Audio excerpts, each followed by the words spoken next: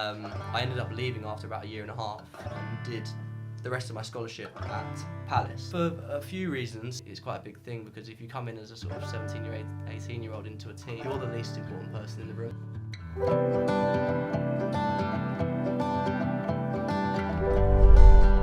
Thank you so much for coming on, Christian. I appreciate it. No, it's good to be here. Obviously now with Joe as well, and sort of the added extra I am, I guess. But no, it's good to be here and sort of looking forward to getting into it, really. Appreciate it. First off, I just wanted to ask and say, can you just explain to everyone about what you do, a bit about your story growing up, and the main reason of why we brought you here today, please? Yeah, so essentially, at the moment, I basically work in construction recruitment in the city. And prior to that, I was sort of focusing on a football career, basically playing professional football from sort of the age of 6 all the way through to about 22, 23. So I've sort of gone through a journey of wanting to be a professional sportsman, as I know a lot of young kids obviously do, and sort of transitioned now into working in the city. Obviously, it's nice being with all my friends and stuff like that. So it's been a weird sort of environment and change for me, going from a focus to not really knowing what to do. And the unknown, and now sort of a little bit more stable than what I was maybe a couple of years back, coming out of professional sport. So yeah, that's awesome. Obviously, I know you through my brother. You went to school together, and he spoke incredibly highly of you. One of the main things I remember of you is you left school quite early to go to Norwich. Were you part of the Norwich Academy? Yeah, so I was part of the Norwich Academy basically, and I was still actually at school when I started playing for Norwich, and I was essentially just going and away on sort of day releases, they would call it, where I wouldn't really play sport at school. I would just go and train with the team, and train with sort of the scholars at the time, which were the years above me, on day release. And it was just something they did. Obviously, it made me have to work a little bit harder in other areas at school, but and try and find the time elsewhere. But yeah, so I was taking sort of time off school to go and basically focus on sport and focus on football. What was that like, sort of at a young age, being in an environment like the Norwich Academy? And sort of being away. Is that away from home? I was away from home eventually after I left school. I was away from home for like 2-3 years, basically staying in digs, and it's a weird environment where you're kind of in someone's house, kind of living in their spare room, and also sort of using all of their equipment. So it's like, it doesn't really feel like home, but the longer you stay there, obviously it becomes more homely, I guess, for the period of time you're there. But it is, I guess, as what age would I have been? I was 16, 17 at the time when I was staying in digs. So it was a little bit daunting, just, turning up on like a Thursday, Friday night before or after training, just staying in someone's spare room, and them as well. Well, they're just cooking you food, and like, it's an unknown, it's just like, oh, we've made you this for dinner, and you'll eat it and be polite, even if you didn't like it. So regardless, they were always a good standard, but even if you didn't like it, you were polite, and it was just nice to be able to go somewhere. But also, I was in Norwich, so that's 2 hours away, so I was sort of travelling up, and that was a new place. Part of the world, isn't it? Yeah, it was. Well, it is. It's a different place, but it was quite daunting. I mean, when I first started doing it, I was a little bit sort of nervous. I think the confidence thing comes massively into it, because maybe I wouldn't have been sort of adverse to speaking to older individuals at a dinner table, where a 16-year-old talking to like a 50-year-old about different things. Sometimes there's a different gap that you have to bridge there. So that actually helped me a lot when it came to sort of, understanding of people and things like that. Yeah. Do you come from like a predominantly football-based family? Is that what the vibe was? Yeah. I swear, at school, was there football? Yeah. It was mainly rugby and stuff. So I remember watching you play rugby, and you were just the most I swear to you, the most unbelievable athlete when I just watch you in all sports. Like, one of those naturally gifted guys who just like worked hard. But football wasn't really a main thing there. No, football wasn't a main thing at school. And I mean, I was good at rugby when we had the ball, but without the ball, you wouldn't see me tackling. I think there was a few times where I'd sort of ducked out of challenges and just kind of left that to your brother probably. But yeah, the football family, essentially. So my granddad was a manager for a long period of time. My old man wasn't any good at football, but he loved it, and that's just how I got brought in. I'm a Spurs fan, so I've just been brought up. I love that. Been brought up basically football, but going to the school at Haileybury with Alex and stuff like that, I think that sort of made it a little bit sort of more rounded in the sense that I got to play other sports. Otherwise, I think I would have just been predominantly focused on football, and there wouldn't have been any other sports that I really focused on. So that was good. Yeah, what was next after Norwich? I think I could be wrong. It was. Do you go back to the Crystal Palace Academy for like under 18s? Yeah, so I did 1 year at Norwich, basically as a scholar. So you get given a 2-year scholar. I had a 2-year scholarship. I ended up leaving after about a year and a half and did the rest of my scholarship at Palace for a few reasons. One, because there wasn't a great pathway for me at Norwich. There was also some very good players ahead of me, so it was looking unlikely that I was actually going to even be able to progress there and actually get to that professional contract stage, and that's because of the players that were ahead of me in terms of the levels that you had to be at just in that academy. There were some good left backs at the time, and that's the position I was playing.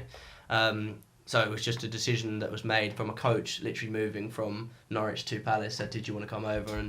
And you know, both clubs sort of agreed, and my manager at the time was happy to see me, not happy to see me go, but happy to let me go, because he knew that actually, you know, I'm just going to be hitting a ceiling there and not maybe my progression would have been held back because there's people who were actually just that step ahead of me at the time. Are those guys still playing? Yeah, so one of them actually plays in the Premier League, so Harry Toffolo, who obviously you know, Toff.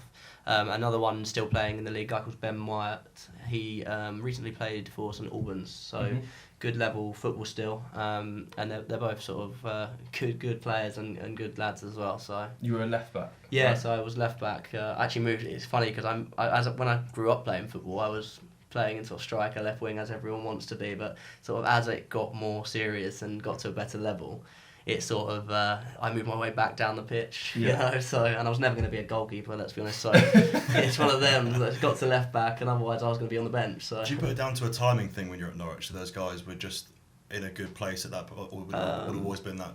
No, they were older than me, but also I think you can look at sort of where players develop in different times.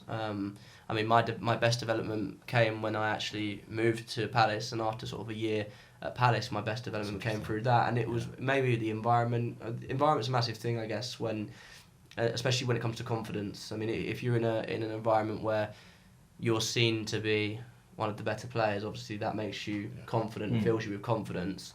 And I mean, it wasn't that I wasn't confident when I was at Norwich, but I knew that there was these two people ahead of me who I actually rated highly myself. So that's in the back of your mind. You know, you come up in walks of life, if you know someone's good at something, yeah, you know that you're good at something, but you also, in the back of your mind, know, am I as good as him? And you do doubt yourself in those situations, and I think that's something that I definitely did.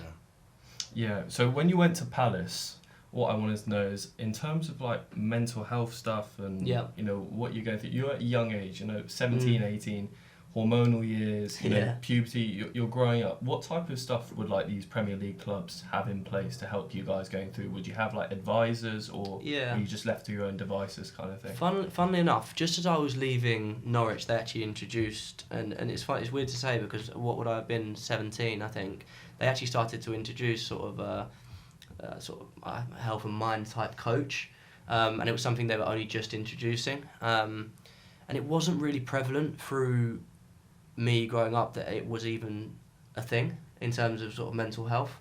When I moved over to Palace, I think my mental health was in such a good place and my football was in such a good place and I was playing well that I actually didn't think about it. It wasn't until obviously subsequently I left Palace that sort of started taking a toll on me, really. But at Palace, there wasn't, I'd say, a lot of focus on, you know, your mental health. It was more there was someone you can go to talk to, but it wasn't labelled as sort of someone that you would go to if you were having mental health issues, or if you were down, or if you were, you know, I don't know, having problems at home. There was that person that you could go to if you're having problems at home. If you're having problems with the digs people that you're staying with, there was that person, but there wasn't so much a psychologist or anything like that we could sort of go to.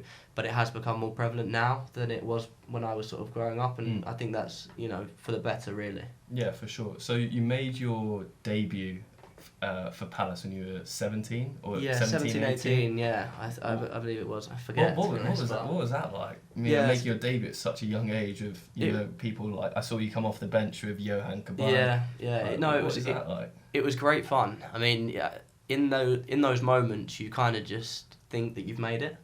But that's the headspace you sort of get yourself in, because you're like, wow, and you kind of start to look at yourself from out of body, if you know what I mean, because you're coming on the football pitch and you're going on to a pitch where there's like Zaha, Cabaye, all these people that you're playing with, and pinch yourself moment.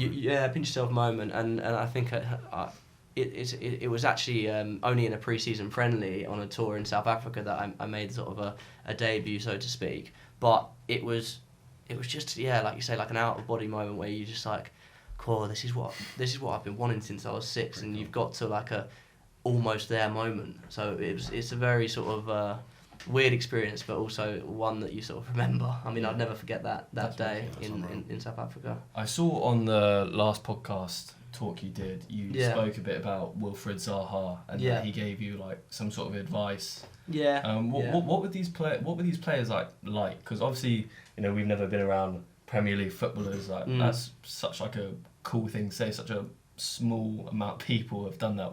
What are these like big guys like? Are they welcoming to the younger guys? Are they sort of a bit, you know, passive aggressive towards you guys trying to take their spots? Like what's that like? I think it's like a 50-50 really, because what you have to remember is at the end of the day, you're basically the person that's trying to take their spot. Yeah. So, you know, if you come in and you're unbelievable and there's 2 left backs who are in the squad, and you know you're basically gonna come on and essentially take their spot if you perform. You know, you're taking their livelihood away, and I know obviously it's a very fruitful livelihood in terms of the amount that you can earn, but you're essentially, you know, you're the competition within your own club. Obviously you play as a team to win football matches, but day to day it's tough. It's obviously a position where, you know, everyone wants to be in that 11, so yes, they are welcoming, and to be fair, a lot of them gave a lot of support, and basically the underlying thing was, you know, the amount of times people told me I wasn't good enough, you know, I can count that more time than I can. People said, "Oh, you're really good," because, you know, I think there's a thing where they say like 1% of people become professional sportsmen, or 1% of people become footballers, and so it's basically rooted in your head that you're not going to make it before you've even started. Coming back to what Tom and I spoke about when I was on that podcast, is actually, if you were to get all these grades and you get one bad grade, you're focusing on the one bad one rather than all the 9 good, less good ones. So you've been told throughout your whole young career how good you are as a sportsman, and yet 1 or 2, 3, 4 people say it, and you start to believe it in yourself, and that's what plays on your confidence massively. So exactly. That's tough. In terms of like these top players, you know, just speaking about then Zaha, Cabaye, were there sort of like any underlying themes in these guys which they had, like in terms of mentally? Were they just incredibly resilient? Were they organised? Were they doing stuff behind the scenes? What is there an underlying factor in this, or is it more just these guys are incredibly gifted? No, I think and they've worked hard. Yeah, I think obviously the gifted comes into it, because you have to be naturally good at sport or a good athlete. But I think the sort of the work rate and the sort of mental attitude of, I don't care who comes in front of me, I am going to be the best I can be, and not letting anything sort of waver you on that sort of path. That's the biggest strength, is just being able to go, you know, sod you, mate, basically. I'm going to make it. I don't care that you've just told me no. And that's all of the top level players that I came across. That was their mentality regardless. And no, you know, if they could have a bad game, but that doesn't matter, that's just a blip. They'll go next game, they'll go and have an unbelievable game. And getting yourself in the mindset of forgetting what's just happened is very hard to do. So, for example, you've played a bad 90 minutes, forgetting that 10 minutes or an hour later might be very hard for someone like myself, but I think these top guys, they can forget about it, look at it and go, that's why I was bad in this game, I should have done this better, and then in the next game they come back and they're unbelievable again. And I think that's the biggest thing, is just being able to sort of put things behind you. Would you say that's the main difference between somebody like them and yourself, where they were able to sort of forget the bad game and forget the bad press, and actually that's something that really played on your mind maybe? Do you think that's the big difference between the two? I think keeping sort of a level confidence rather than a sort of up and down confidence is something that will get you very far. And I think in all walks of life, I think, you know, if you can keep 75% confidence all the time, and you know, when you're walking with your shoulders held high down the street, it's so different to going from 10% confidence or 100% confidence, but sporadically. And I think that is, you know, not just in sport but in life, confidence is such a massive thing, and if you can keep it at a certain level where you're comfortable in yourself and in your own skin, that is where, you know, I think that is where you get the best out of yourself as a person and a human, when you can keep that confidence and knowing what, and it's hard to do. I mean, day to day I go through confidence dips and that's all the time, but that is, I think, especially in football, when they can keep that confidence above sort of a certain percentage and they just believe in themselves to an nth degree, that is where I believe the next level takes it to, because they always say that hard work is obviously the things that gets you over the line, but I think there's not just hard work physically, there's hard work mentally as well. Like, mentally, to keep yourself that structured, that's hard work in itself. As well, yeah, exactly. So, yeah, I would agree with you in saying that is probably the difference. Yeah, I rate that. So, from 18-year-old at Crystal Palace, what was the next move from there? Because you had Alan Pardew as your manager. Yeah, so I played on loan. I played in the league, which was obviously a massive high point, and playing in the league was sort of another sort of a tick box, I guess, because you're playing in the football league for in front of a crowd who come to support that club as their hometown club. So that was great, and I had some really good times in the first sort of half of that loan. But then I also had some really negative times in the second half of that loan when I was just out of the team and sort of just knowing that I wasn't going to come on the pitch, and that was hard to deal with. But at the same time, after Crawley, it was basically the rejection of you're not getting another contract at Crystal Palace. So that was a tough one to take. And then from there, I sort of went on trial at a load of different places, and going on trial at a load of different places and getting loads of rejections is something that's very hard to deal with. And I think that's something that actually made me a lot stronger now than I actually even realised it would then. I was going to say that. Coming back to what you were saying earlier about not making the team and then not knowing whether you're coming or going in the squad, was that injury? Was that sort of just variation of selecting different players, or what was that down to? It purely comes down to sort of results. I think we had a really good start to the year, and then results slipped off to sort of 10 games in, and I think the manager obviously felt that me being a young and inexperienced player, and I don't blame him for it. I probably would have done the same thing if I was in his shoes. He had an older, more experienced player, put him in, and results started to turn, maybe purely because of consistency. Because obviously, when you're young, you're kind of finding out what you're going to get out of the player. A manager is finding out what they're going to get out of the player, and to keep consistent at such young age is incredible, really. And that was, I think, why I dropped out of the team and couldn't get back in, really, because the other person kept consistent and I didn't. And again, it comes up to confidence as well. Once your confidence gets knocked, you're naturally not going to play as well. That plagues in your mind. And if you don't, as you said, that mindset thing earlier, once you start thinking about those performances, it eats away at it as well. Exactly. Yeah. Interesting. One thing I want to ask as well is, I'm sure there's a lot of young athletes out there, and I've sort of just gone through it with rugby, where I was in the Ealing environment and I was made it. No, humbled very quickly. A few months straight out, back to university, and that really knocked me for six. But again, like you said before, taught me so many lessons that I just wouldn't have had otherwise. And I think that's the beauty in high level sport, is it teaches you about resilience, teaches you about you're going to fail a lot, and you just got to accept it and you've got to keep moving forward.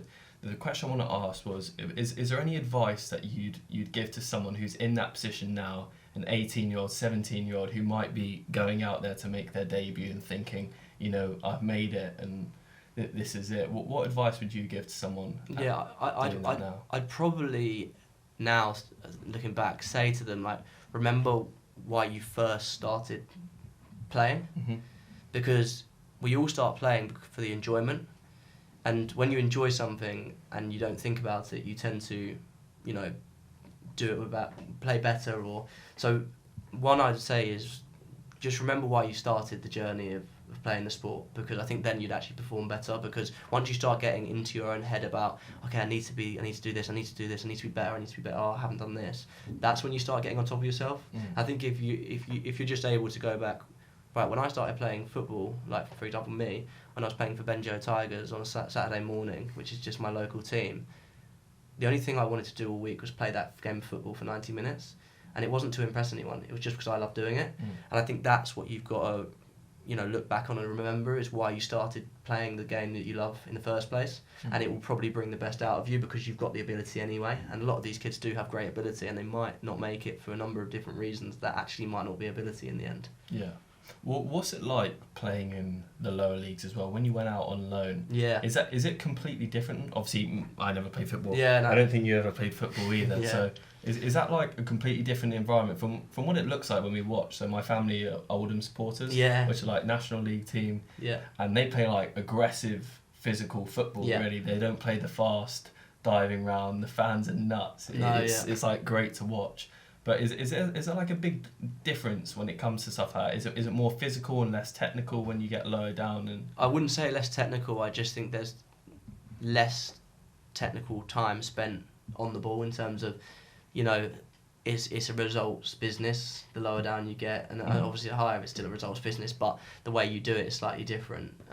It is much more physical when you go out and play men's football, and you notice it straight away, because the first thing that will probably happen to you if you are a player on loan and they know it's your first game is they're probably just going to stick one on you and just let you know, by the way, you're here now, so you're going to have to, you're basically going to have to either step up or swim, like basically. It's one of those. But it was a massive step up in physicality, and also sort of a massive step up in terms of the pressure, because everyone else around you is relying on bonuses and stuff if you win. So there aren't bonuses when you're playing in the under 21s. For getting a win, you just we won. You don't seem to have much of an ego, just from the 10 minutes I've known you, but did you find that it was hard to go from a sort of better standard where you thought you could be there and you deserved to be there? Was it hard to then make that transition of playing with players who were, by all means, very good players, playing in national leagues slightly below? Was it hard for you to make the adjustment mentally, just to play with players that you thought, I didn't really envisage being here maybe a year or two ago?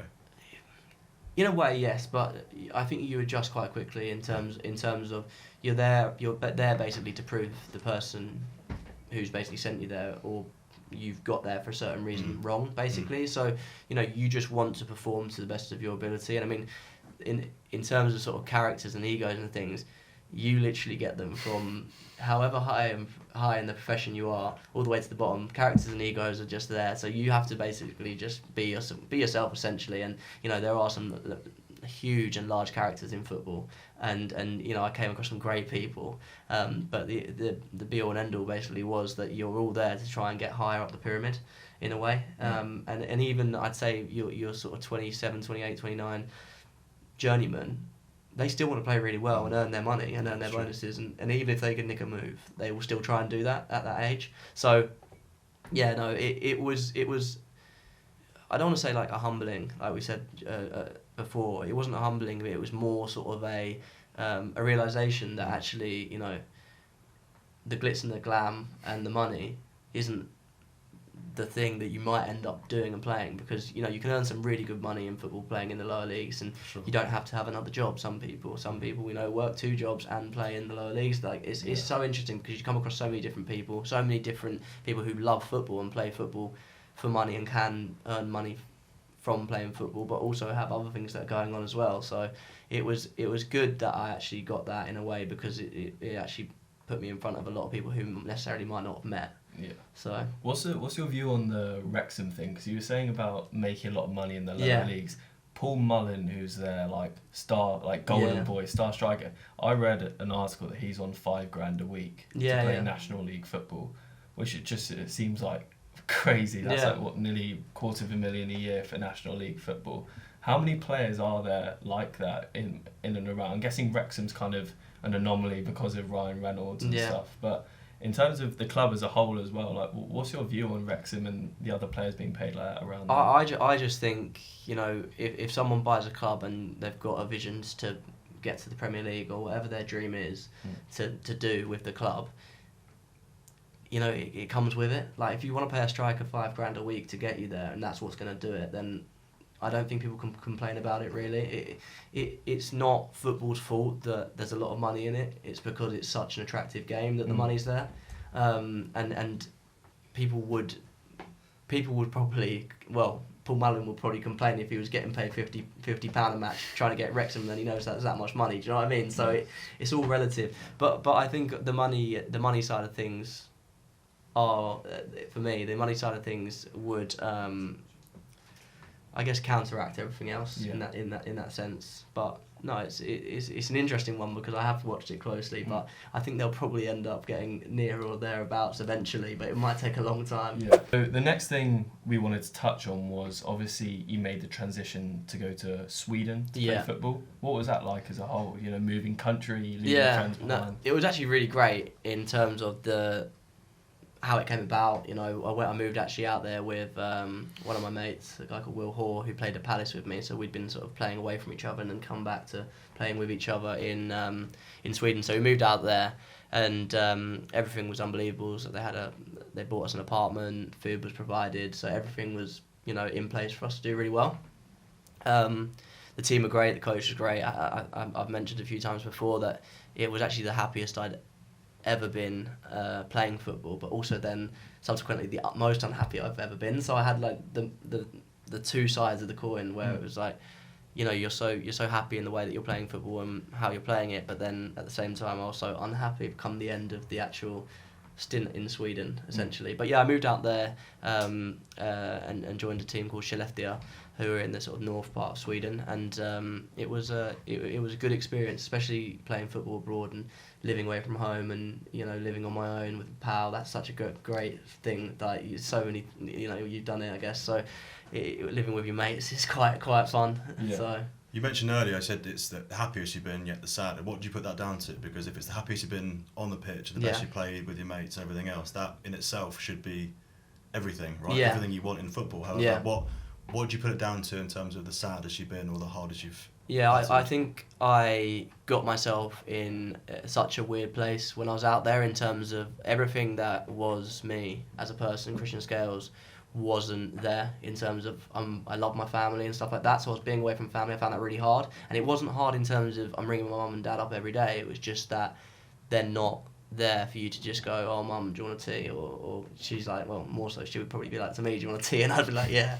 But like it's those little things of just having them close, and I basically became like a hermit in a way that I was just in my room and not doing the things that maybe at home I would. I'm always sort of someone who would go out and see my mates and have fun, but there it came to a point where I was just like going to training, going back to my room, playing FIFA, going back to training the next day, or sleeping, going back to training, playing FIFA, and it was like over and over and over again on repeat, and I didn't really do much, and it wasn't down to the people because they would invite me everywhere. I just didn't want to do things, and I didn't really understand it at first, and I think inevitably why I ended up leaving Sweden was because I was in such an unhappy place in myself, not because of the football, but just because I just didn't want to do things, and it felt like an effort to go and do things. How did that manifest when you were there? Was it just keeping yourself to yourself, or did you become irritable? Did you become sort of depressed? Do you think, looking back on it, can you look back and think the Christian then was depressed or anxious, or because at the time you're sort of in this sort of bubble of your own? Well, actually, how did that manifest looking back on it now? I don't know whether I could call it depression because you don't know. I don't really know. I couldn't tell you whether it was or not. Like. But it certainly was an unhappy place in terms of I'd sit in my room and all I would want to do is sit in my room and play FIFA and then just go to sleep or watch a series. I wouldn't want to go out and just go for a bit of food. And I just got in a situation where that was all I wanted to do. Even though it was making me unhappy, it made me happy to just do that. And it was such a weird environment where in the end I was just like, maybe it does make you a little bit more grouchy, I guess, actually, because I'm living with someone and you know, negative energy is quite easy to see when you're with someone. So my mate wanted to help me as much as possible, and he actually was very, very supportive, and I obviously thank him for that. But there was nothing that he could possibly do or say to me that was making me feel better. It was only once I started sort of talking about it that I started to feel better and about it, and then subsequently made the decision to come home.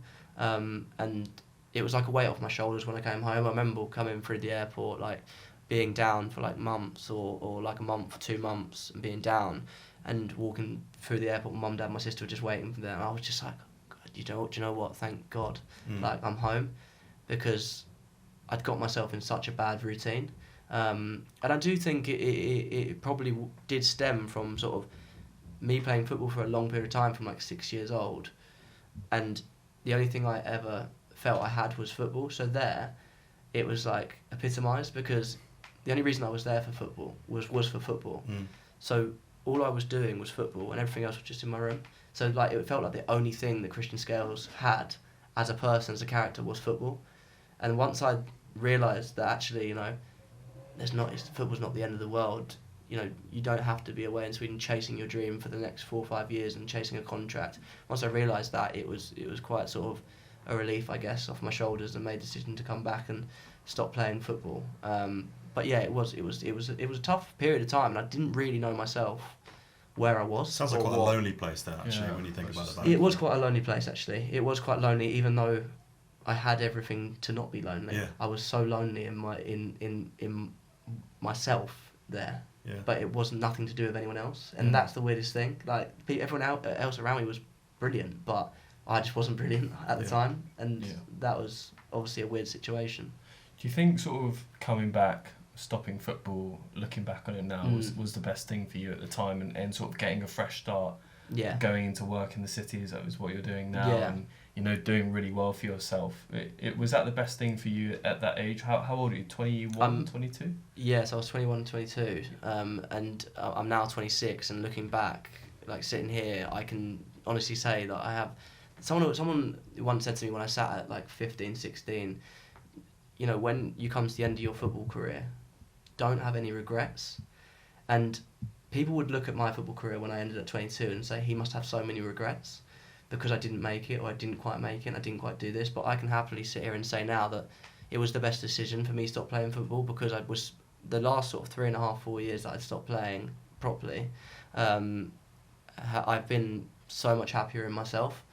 And I guess it's a number of things, the pressure of football, and like I mentioned just now, football being the only thing that you sort of have to hold on to. But yeah, I think it was the best decision for me to stop playing. And sometimes you have to make these decisions, because I still love football. Like, don't get me wrong, I don't love playing football because of all the things that come with it in terms of pressure and where my head was at in football. But I still love football, but I'm just happier in myself and going to watch football. I'd rather watch someone else be brilliant at football now than, you know, play myself. Honestly, I couldn't think of anything worse than playing 90 minutes now. Seriously, it's weird. Yeah. Couldn't. So in terms of like, what I always find interesting with athletes of this level is, you know, you have all the money, you have all the cars, you know, people look up to you, but all these guys have like abusive comments, like death threats on their Instagram, and all these things. I look at, I'm like, why are people commenting that over a game of football?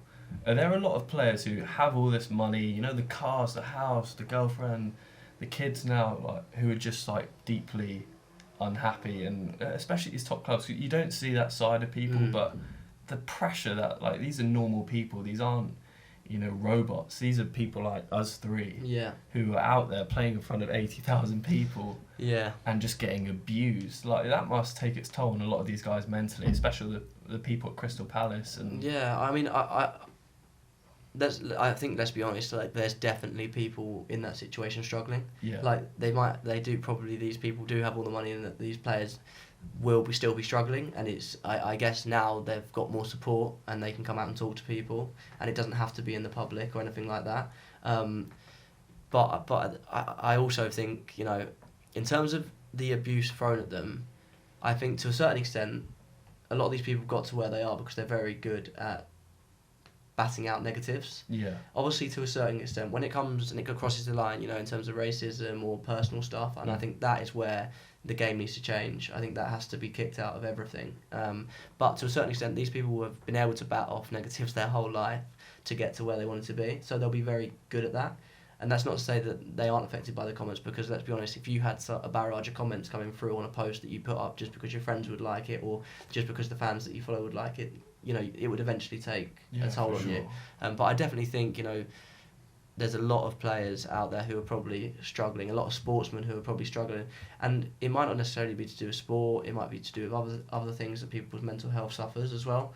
But yeah, I 100% think that there's people out there suffering with mental health that you just would never know, because it is very sort of I was sort of very plain when I was unhappy. I wouldn't really show my emotion. I'd just rinse and repeat, like I mentioned earlier, and I was just still the same character when I was talking to people, because it's very easy to hide it, I think. Did you watch the Dele Alli documentary that came out? Yeah. That really highlighted for me a change where, do you think that's going to become more of a phenomenon? Because on the surface, I mean, being a Spurs fan as well, I looked at Dele Alli and I thought, I was one of the ones that criticised him. Not online, but I was always one of those. He's thrown away a really promising career. He was one of the brightest talents in English football. He's gone over to Besiktas and he's basically just partied his way. And when you watch it back, everything makes sense. Yeah. You know, the way he, wouldn't turn up for training, or he, basically would take the piss. And taken for granted the natural talent that he had. However, looking at that documentary back, you can really empathise with him and his upbringing, which he didn't need to come out and do.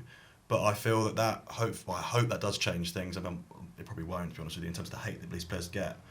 But I hope that with these more poignant conversations around those sports, with not just footballers, but across the world, like Joe Marler and rugby, do you think that needs to become more of a thing for people to maybe understand a bit better and maybe not target these players, or do you think that'll always be the Yeah, I think if you have people like Dele Alli, people like Joe Marler, and they're strong enough to come out and say what's going on and actually show their issues, that's going to help a lot of people who basically see themselves as nobodies, because they've got such a big platform and they are using it in the right way. And I mean, Dele coming out and speaking about what happened to him, you couldn't even write that script if you tried to what happened to him. And him coming out and being able to do that, the message, I think he sort of said, I just want to help other people now from my story. But Yeah, exactly. But and I think that is where it needs to be sort of used the most, is if they are suffering and they can get through it and they can still come out and smile and sit in front of someone, that should help younger people as well. And I think that is the route that it's going in the minute with that is unbelievable. On that, do you think that I read some heartbreaking article about a youth player at Man City a number of years ago, and I was like 14, took his own life because of the pressures that was put on him when he was released. Yeah. Do you think there's enough in the clubs, even in this day and age, since you've certainly come through the ranks and obviously stopped playing, do you think that the clubs are doing enough, whether it be the FA or whatever, are doing enough to help young players? Because as you said, 1% of players will get through and make it in terms of their clubs. It is probably less than that. Like the percentages are so small, the chances are so little. Yeah. Do you think that these players are getting enough, not just education outside of football, but help if they don't make it? I think that's a big thing. I don't think there's enough support networks. There might be more now. Obviously, I haven't been in the academy systems for a number of years now, but I don't think there is enough support for players who don't know what they're going to do once they drop out of football. Obviously, the way it would work, I think, in terms of the way it works at the minute, is you just keep filtering down the leagues until you find your level, and then you play, whether that be semi-pro or whether that be full-time, and you play semi-pro professional. So that's 3 days a week. You train on Tuesday, Thursday, and then you've got a game on Saturday most of the time. So in those spaces in between, these younger players will play at that level until a certain age, and then they'll probably continue to play at that level, but then realise I actually need to get a job as well, because I'm going to try and afford a house, I need to have a family, I need to support kids, whatever it is. And that's how it sort of worked, and that's how I think it's just filtered down. There is no sort of stability in terms of a player leaves let's say a Man City, for example, at 16, 17, doesn't get a scholarship, has committed a lot to obviously football, like I did, in terms of leaving classes and missing and having to catch up on the work. So they've done that. They're sort of just left high and dry in terms of, okay, well now I've left that club, so I need to try and just focus on football. So cutthroat, isn't it? It is cutthroat in a way, but I also think that, again, it's slightly the way my mind works, it is kind of life as well. Like, there is a 50-50 balance on it. It is just life. Like, if you get fired from your job, you don't see the company helping you find another job ever, do you? So you have to look at it a little bit more sort of, I guess, as a job, because I know if I left my job, I don't think the company that I'm at now will try and help me find somewhere else. So that's a way of looking at it as well. True. You touched on then about, like, once you kind of stop football, like, you're sort of on your own and you're a bit like limbo. Yeah, shit. Like, what do I do? Yeah. And a lot of these, like, footballers, a lot of people in the rugby system who are my age now, like, they don't do university, they don't finish college, they do whatever, and then they're like, you know what, rugby's for me, which in our case, I'm going to make it. Yeah.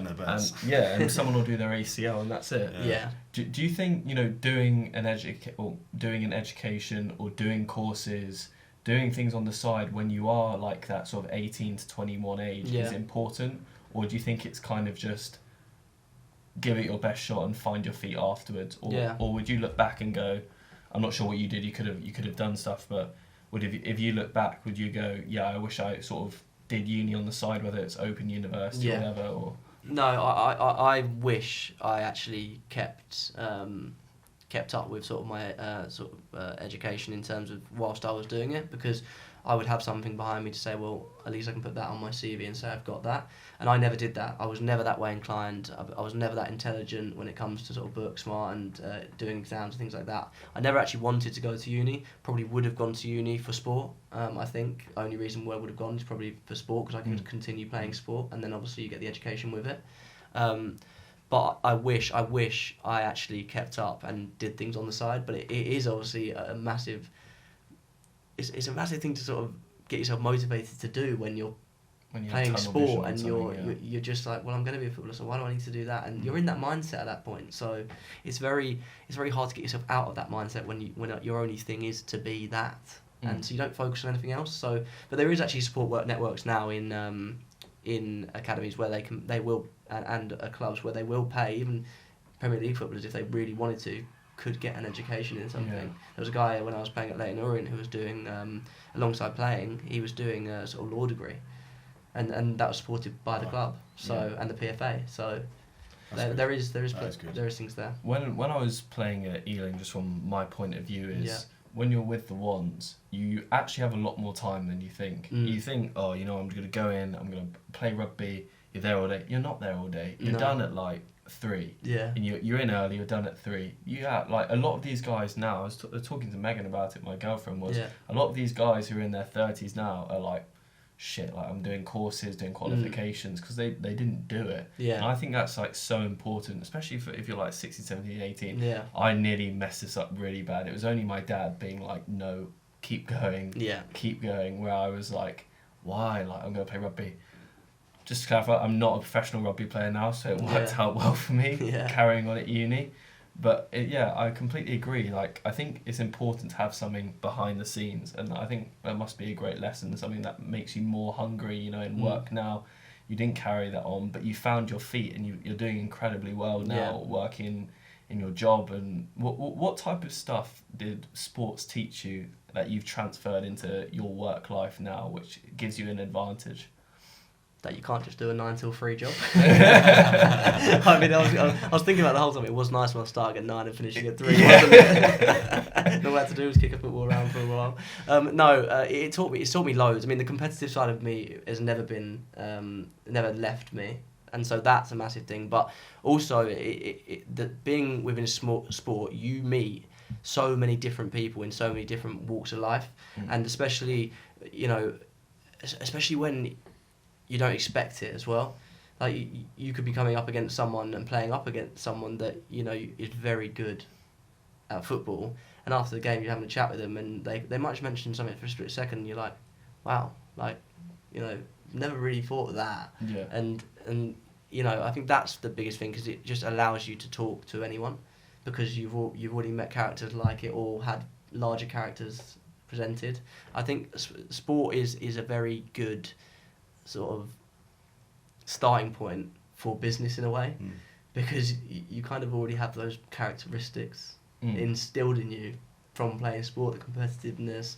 You have to be sort of sharp, and I mean like mentally sharp. Yeah. You also have to be really organised. You have to be. Time management's a massive thing when you're playing sport, because you need to be certain places at a certain time, eat food at certain times, and all that sort of stuff. So it does get you sort of regimented in working in a certain way, which I actually think employers probably really like and would look at as a massive positive. 100%. Do you think that the lessons you might have learnt from maybe taking setbacks through your football career stand you in good stead for the workplace now? Like you said earlier about it being life and obviously growing a thicker skin. Do you think that's given you a thicker skin, or do you think that's just how you are as a person?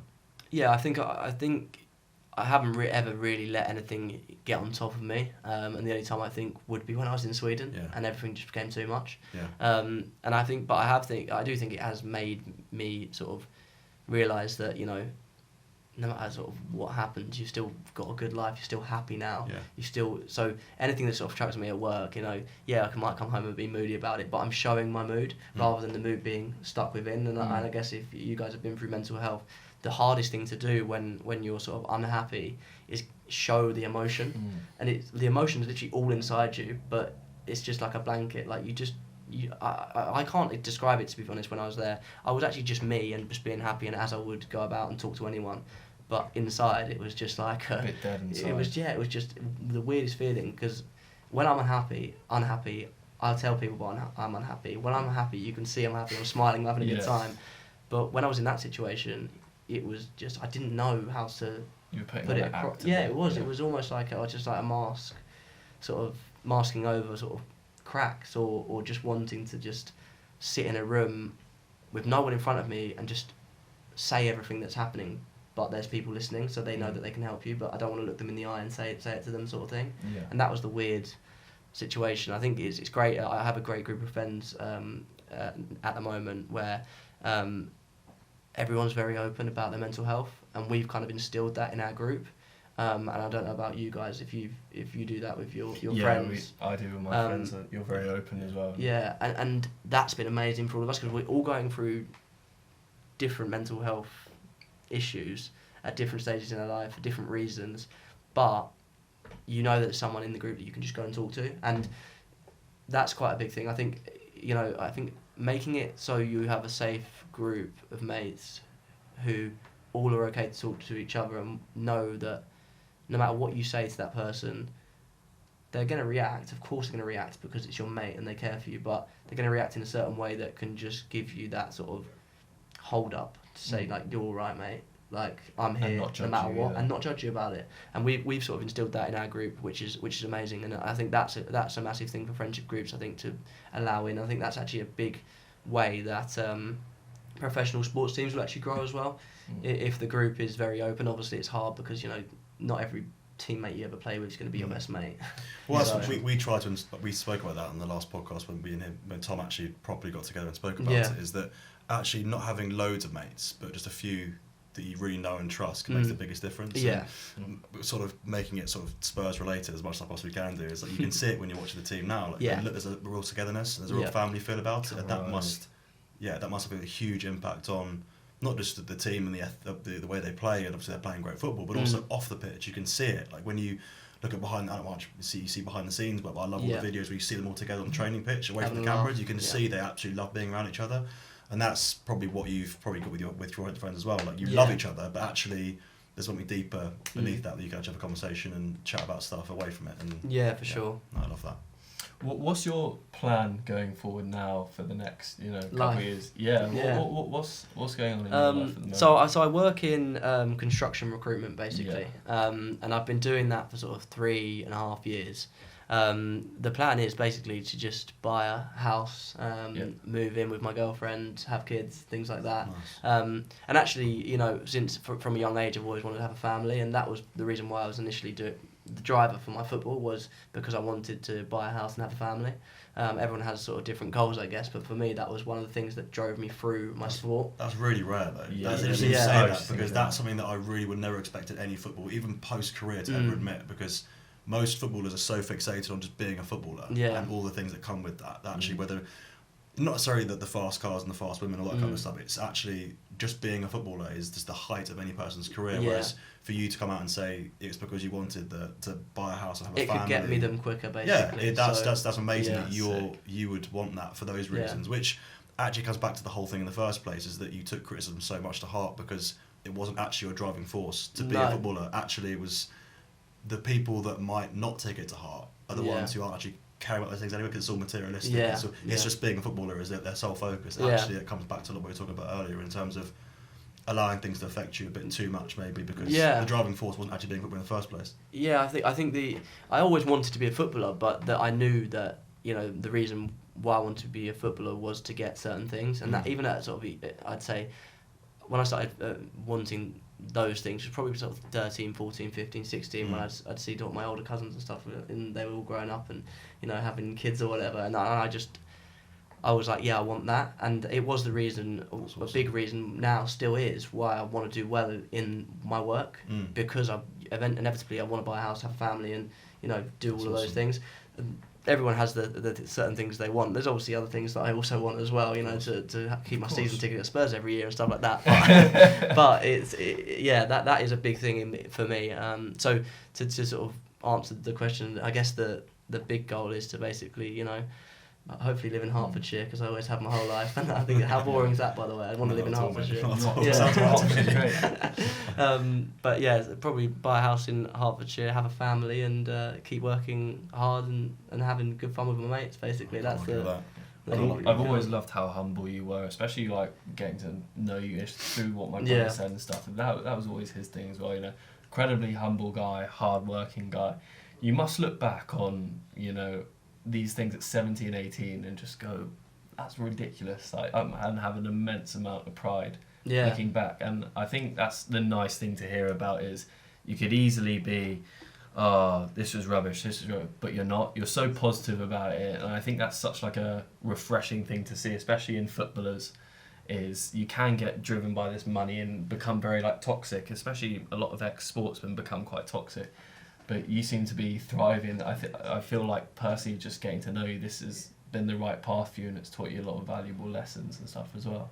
Yeah, I think it has. I think I don't really think much of my football now, in terms of I am proud of what I did, but I don't really think about it too much, because I'm focused on what I'm doing now, and that's kind of where I'm at with all of that. Chapter. Yeah, exactly. Yeah. That's awesome. I'm wary of time, so I'm just gonna end it on this. And this was a question that I got asked on my Instagram poll when I told people you were coming on, and I just thought it was really good. And it was, looking back at all the challenges you've gone through, what do you think is the most valuable lesson life has taught you? Cool, that is a tough question. I thought it was a great question. Yeah, it is a good question. The most valuable lesson, I would probably, the biggest lesson, and it rings true to me, is that someone once said to me, always treat the sort of least important person in the room as the most important, as you would the most important. And I think since I've actually started doing that, you actually earn better relationships with the more important people in the room anyway, because you're not starting off trying to gain their appreciation, you're actually just talking to people as on a level.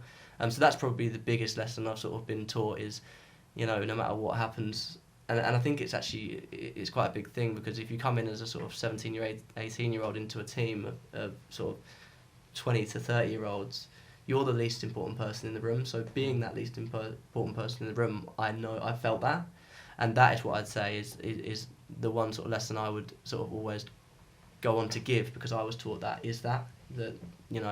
my first thing to do in a room would be to, maybe go and speak to the least important. Not that you obviously know, but just treat everyone equally. And I think it actually gets you further and earns better relationships with people who actually can boost you.